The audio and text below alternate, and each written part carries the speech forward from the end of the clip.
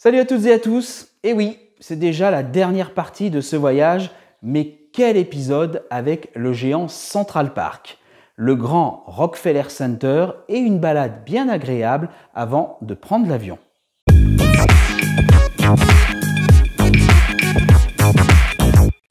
Autre lieu incontournable de New York, Central Park. Central Park, c'est un parc XXL pour les Américains. Il fait une surface d'environ 3,4 km² et comme tout est très rectangulaire aux États-Unis, sachez qu'il fait 4 km de long sur 800 mètres de large.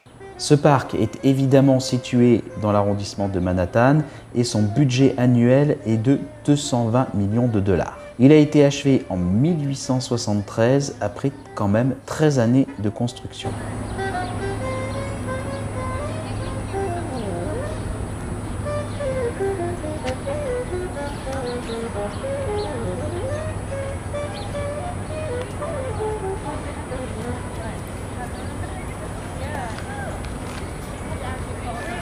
En fait, Central Park représente une vraie oasis de verdure au milieu de cette forêt de gratte-ciel de Manhattan.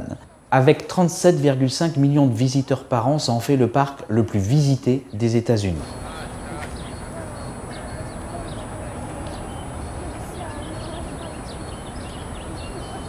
Ce qu'il faut savoir, c'est que ce parc contient également plusieurs lacs artificiels, le plus grand étant le Jacqueline Kennedy Onassis Reservoir.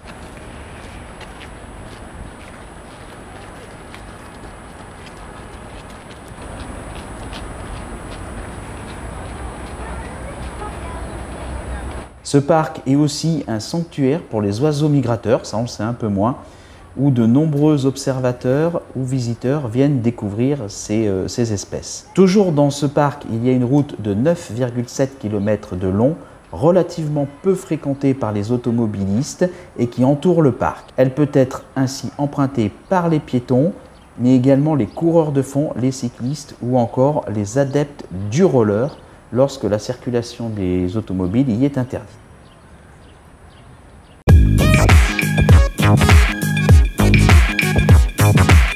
Nous poursuivons cette visite avec le Rockefeller Center. Donc ce qu'il faut savoir sur ce Rockefeller Center, c'est que c'est un complexe commercial qui est composé de 19 bâtiments et qui a été érigé, évidemment construit par la famille Rockefeller. Ce qu'il faut savoir également, c'est que c'est à cet endroit que vous allez trouver tous les magasins de luxe de New York.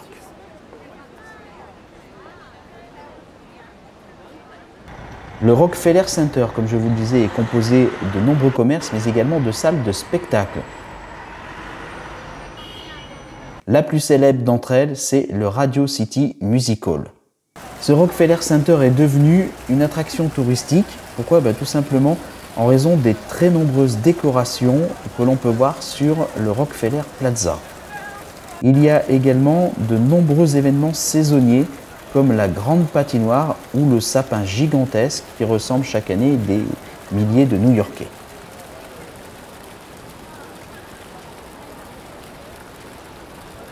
Les statues du Rockefeller Center forment également un véritable musée de sculpture en plein air et accessible à tous. Les deux statues les plus célèbres sont celles de l'Atlas et de Prométhée. Certaines sources mentionnent ces statues comme l'une des 4 statues les plus célèbres des États-Unis, après celle du Lincoln Memorial, du Mont Rushmore et évidemment de la Statue de la Liberté.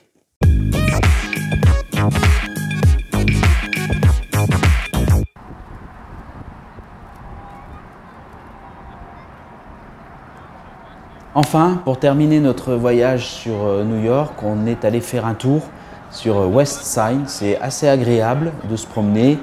Voilà, je vous conseille, ça vous aérera la tête, ça vous change un petit peu du décor. On est au pied des immeubles, mais ça reste, comme on est en bordure d'eau, ça reste quand même très très agréable.